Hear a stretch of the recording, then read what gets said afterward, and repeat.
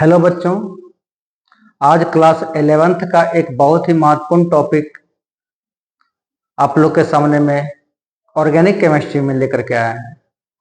तो ध्यानपूर्वक आज का टॉपिक आप लोग देखिएगा और इसी से आपका कार्बनिक यौगिक का रास्ता खुलेगा। तो आज हम लोग समझेंगे समजातीय श्रेणी के बारे में। तो कार्बनिक यौगिक समजातीय श्रेणी होता क्या है, तो पहले इसको समझ लेते हम लोग हैं कि समजातीय श्रेणी होता क्या है। तो हम लोग कार्बनिक यौगिक के बारे में जानते हैं। कार्बनिक यौगिक जो होते हैं, हम लोग सुबह से लेकर के शाम तक ले जो भी सामान का यूज करते हैं सभी में कार्बन है और कार्बन की उपस्थिति के कारण वह कार्बनिक यौगिक कहलाता है। जैसे टूथब्रश से लेकर के जो ब्रश है या फिर कलम है आपका या फिर कपड़े हैं, कुछ भी है तो हम लोग कार्बन का यूज करते हैं और वो कार्बनिक यौगिक ही है जो कार्बन से बनते हैं। ठीक है, वैसे यौगिक जिसमें कार्बन उपस्थित रहते हैं कार्बनिक यौगिक कहलाते हैं। तो लाखों करोड़ों कार्बन हमारे पृथ्वी पर मौजूद है, तो सभी को जो है सभी के गुणों के आधार पर क्या किया वैज्ञानिकों ने, उनका वर्गीकरण कर दिया। तो वर्गीकरण किस प्रकार किया गया है, यह जो क्लास है वो क्लास 11th का है, क्लास 10th में भी उपस्थित है और क्लास 12 के लिए तो बहुत ही जरूरी है। तो कार्बनिक यौगिक में समजातीय श्रेणी सभी कार्बनिक यौगिकों को उसके गुणों के आधार पर वर्गीकरण किया गया, उसे ही समजातीय श्रेणी कहा जाता है ना। लिखते हैं कार्बनिक यौगिक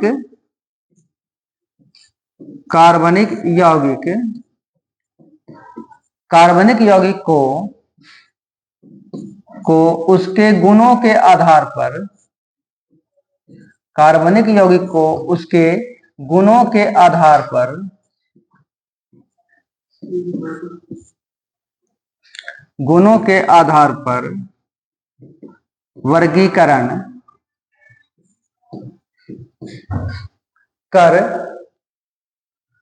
वर्गीकरण कर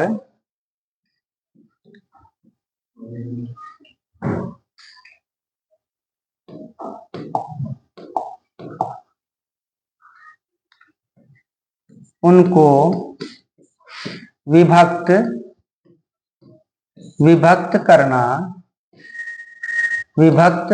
करना ही समजातीय श्रेणी कहलाता है।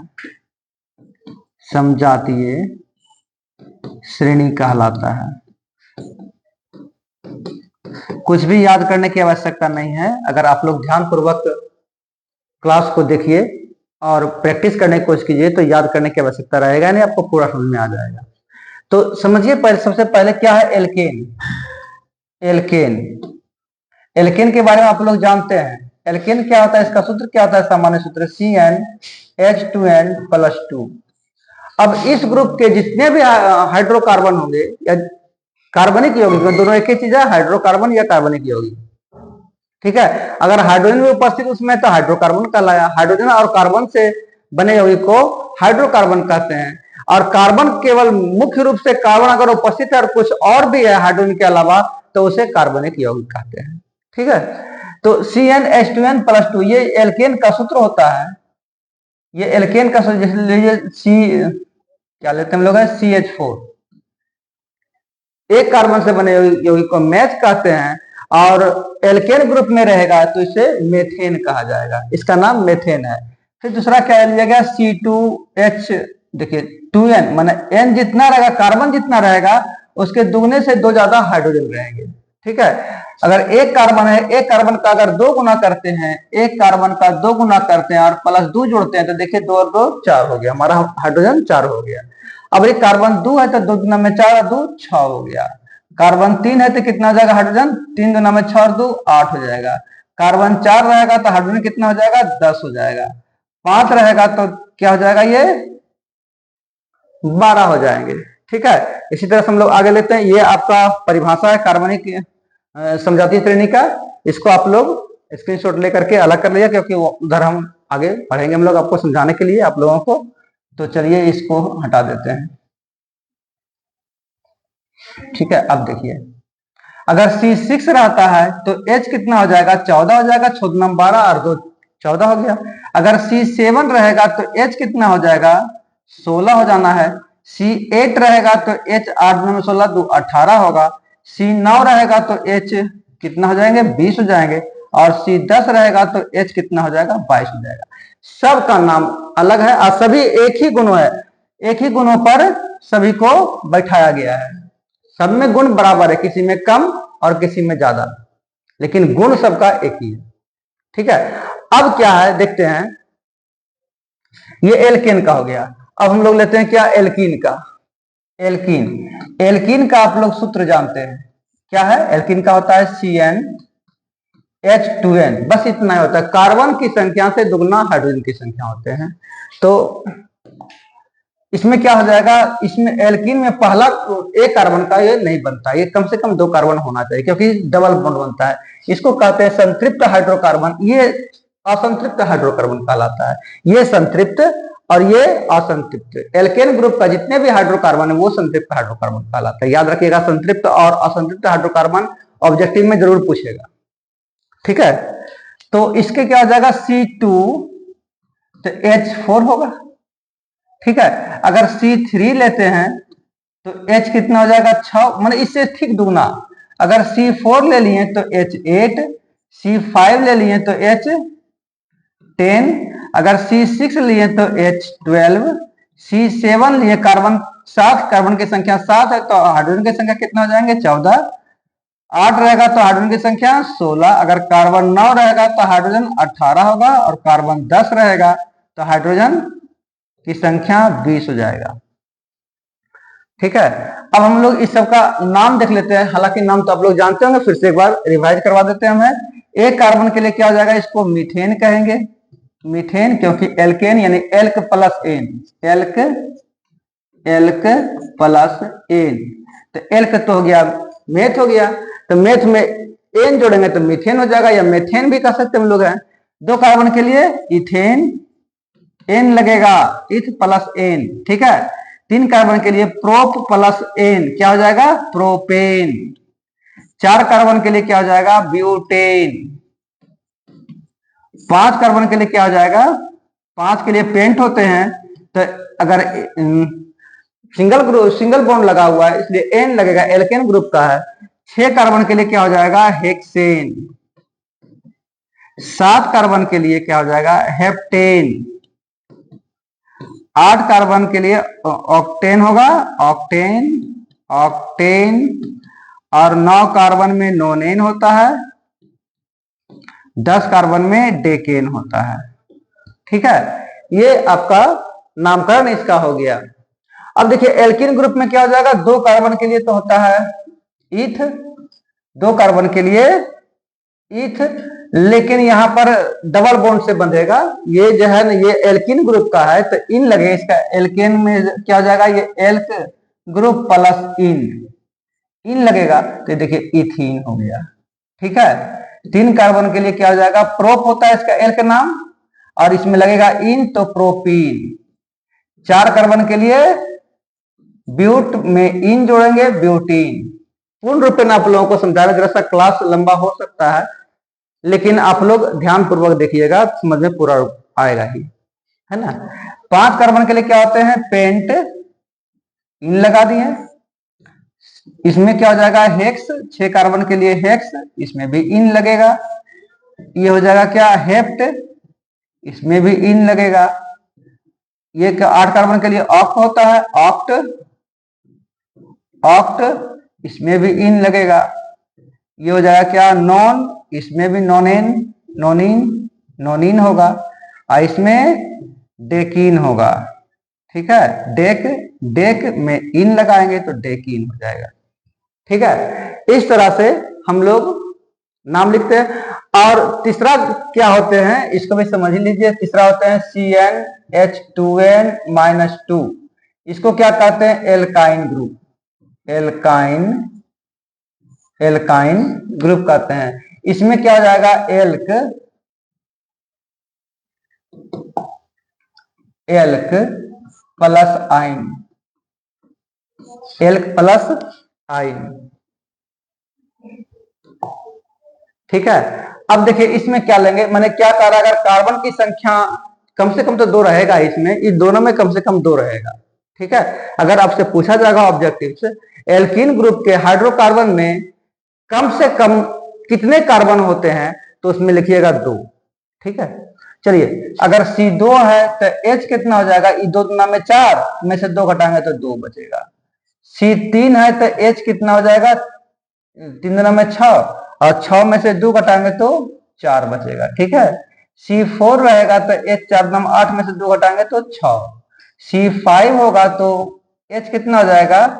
8 हो जाएगा। 5 दुना में 10, 10 में से 2 घटाएंगे तो 8 बचेगा।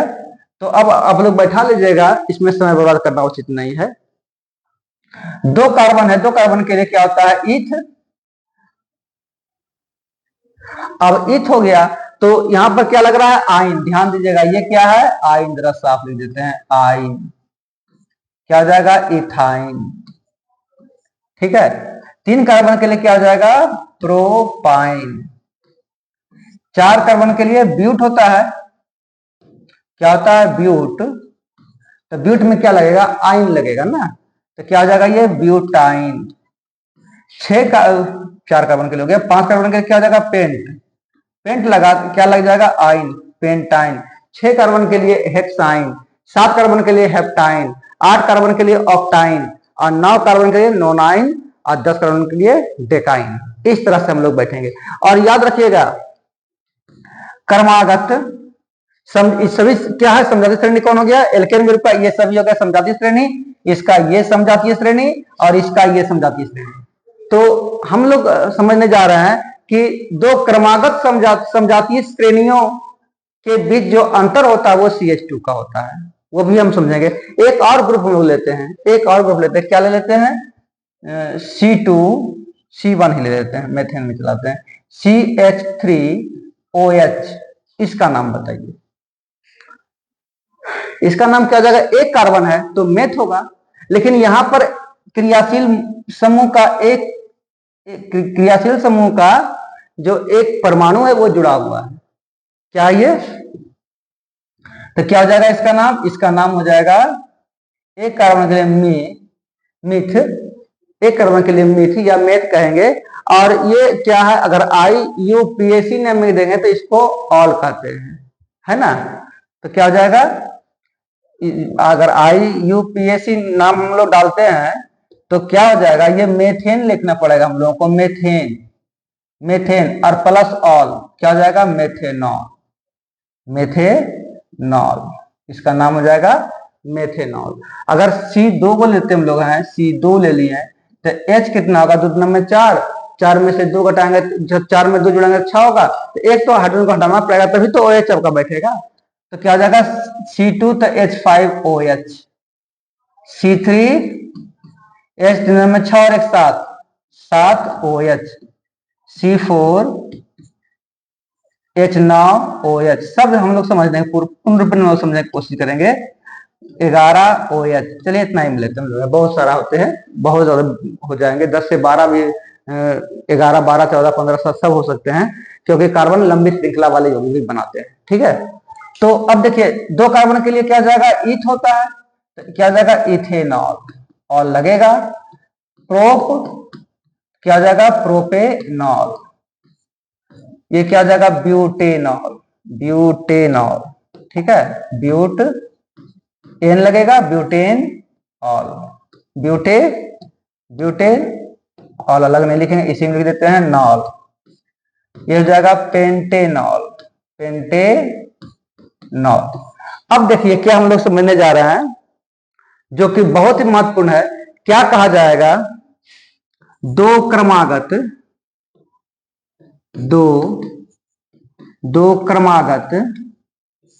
दो क्रमागत समजातीय श्रेणी, समजातीय समजातीय श्रेणी, दो क्रमागत समजातीय श्रेणी के कार्बनिक यौगिक, कार्बनिक यौगिक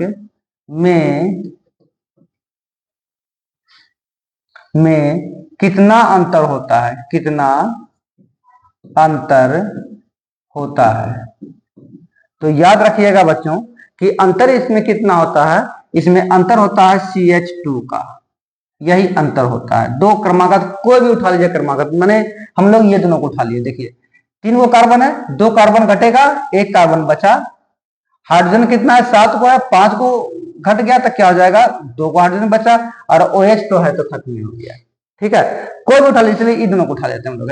5 कार्बन में से क्रमागत ये हुआ, क्रमागत में से हुआ एक के बाद दूसरा। 5 कार्बन में से 4 कार्बन घटेगा तो 1 कार्बन तो बचेगा। ठीक है, हाइड्रोजन 11 है, 11 हाइड्रोजन में से 9 का हाइड्रोजन घटेगा तो कितना बचेगा हाइड्रोजन, 2 हाइड्रोजन बचा। और OH से तो OH खत्म हो गया, तो कैंसिल हो गया, कहानी खत्म हो गया। ठीक है, चलिए इसमें भी हम लोग समझते हैं। इसमें क्रमागत कौन ले लेते हैं, चलिए ये दोनों ले लीजिए क्रमागत, ये दोनों क्रमागत ले लिए। 3 कार्बन में से 2 कार्बन घटाएंगे तो 1 कार्बन बचेगा। 4 हाइड्रोजन में से 2 हाइड्रोजन घटाएंगे, कितना हाइड्रोजन बचेगा, 2 हाइड्रोजन। देखिए CH2 आ रहा है, याद रखिएगा CH2 होता है। दो क्रमागत समजातीय श्रेणी के कार्बनिक यौगिकों के बीच जो अंतर होता है वो CH2 होता है। ठीक है, चलिए आगे हम लोग और समझ लेते हैं हम लोग। चलिए ये दोनों को ले लिए, ये दोनों क्रमागत है। तो 5 कार्बन में से 4 कार्बन घटेगा, कितना बचेगा, 1 कार्बन बचेगा। 10 हाइड्रोजन में से 8 हाइड्रोजन घटाएंगे, कितना बचेगा, H2। बस इतना ही है। देखिए आता रहा, हर बार आ रहा है। चलिए और कौन लेते हैं, चलिए एवरेज ये दोनों ले लिए, ये दोनों ले लिए। 7 को कार्बन में से 6 कार्बन घटाएंगे तो 1 कार्बन बचेगा, 1 कार्बन बच गया।